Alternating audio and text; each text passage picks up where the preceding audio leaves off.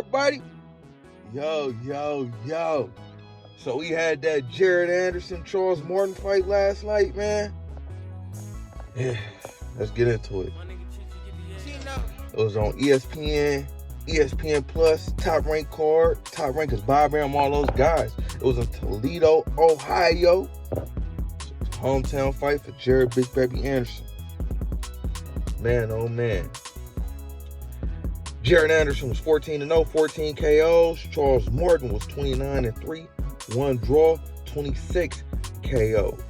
Like I said, it was a hometown fight for Jared Big Baby Anderson. It was a 10-round contest at heavyweight. Heavyweight is the big boys. All right? Man, oh man. Freaking before the fight, Jared said he felt like he would get Charles Martin out of there in the 4th round. And I kind of agree with him in that range. 4th to 7-ish. That he'll get him out of there. Freaking even Tim Bradley agreed with what I had, my analysis of Charles Martin is, what he was calling him a ding dong. You know how the ding dongs are hard on the outside with the chocolate, and then you crack them open and they're creamy and gooey in the inside. Yeah, that's what he was calling him, a ding dong. I didn't go that far. He cracked it open on the broadcast. I didn't go that far. I just say, man, he ain't the bravest person I ever, seen in boxing. That's it. He's not the bravest guy. Take it as you want to take it. But yeah, I thought he was going to get him out of there early, which was not the case. Charles Martin actually dropped. I'm tripping. Jared Big Baby Anderson, sorry about that, actually dropped Charles Martin in the 3rd round. Freaking, and I thought, okay, his prediction's coming true now. He's, dropped him in the 3rd. He's buttering him up to get him out of there in the 4th round. That was my, what I thought was in the making. But I was far from wrong. I was wrong, man. I was far from being right. Freaking, Charles Martin ended up, regaining his composure. And by the 5th round, man, he was back, and he was throwing that left hand, and he connected a couple times with Jared Anderson in the 5th round, more than I would like. Visibly hurting Jared Anderson, man. I felt like Jared was kind of on the verge of getting out of there if Charles, just would have applied more pressure and,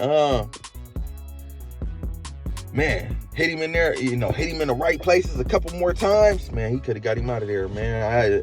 I was not expecting that. But, and Jared Anderson's problem, man, he pulls straight back too much. And that's why he was getting caught. Charles Martin, he was actually losing the fight when he was fighting the way he actually fights, off his back foot, jabbing and running around the ring and, trying to counter Jared every 20 seconds, 30 seconds with a left. He was losing. But when he started standing his ground or pushing Jared back, he was having minimum success. He was looking pretty decent. And I feel like he should have did more of that in the fight, man, because every time he did do that, he had success. After the 5th round, Charles did catch Jared a couple more times, but actually he caught Jared in the 10th round, man. He looked like he hurt Jared, and Jared got saved by the bell.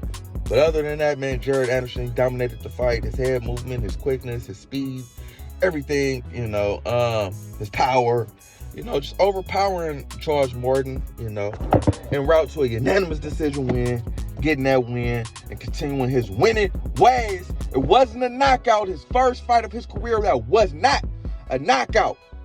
But you ain't gonna knock out everybody, man. And it was good to see him get those rounds in there and see what he needs to work on. Because when you're knocking out everybody, you don't know what the fuck you need to work on. But now you know what you need to work on. Stop pulling back. Work on your defense. You're getting hit too much. So that was some good experience for Jared Big Baby Anderson. But nonetheless, good job getting that win. Me personally, I will hold off I was thinking he was ready for Anthony Joshua and all those big heavyweights. Now I will hold off after seeing him with Charles Morton, because you know what they say about boxing. Once you go forward, you can't go back. You know, so let's just move him along slowly, get him in there with some more little soft touches. Who, you know, was champion of Bavern Stavern and all those guys, and some more of those type. You know, but yeah, good job, Jared, big baby Anderson. Continue on your winning ways and keeping that money train moving. All right. Also on the undercard, you had Tiger Johnson putting on for Ohio. He actually scored a unanimous decision win on the undercard, advancing his record to 9-0, 5 KOs. Also, you had Abdullah Mason on the undercard.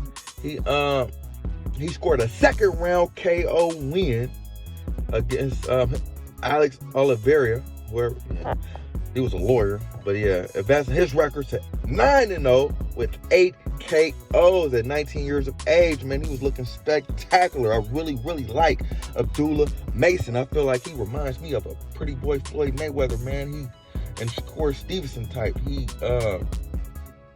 knows his distance very well. He's very fast. He's very sharp. He's very technical, and he has power. That's why I said a pretty boy, because he's sharp and tactical with power. Really like Abdullah Mason. Also, you had Dante Benjamin on the card. Dante Benjamin scored a first round TKO win versus his opponent.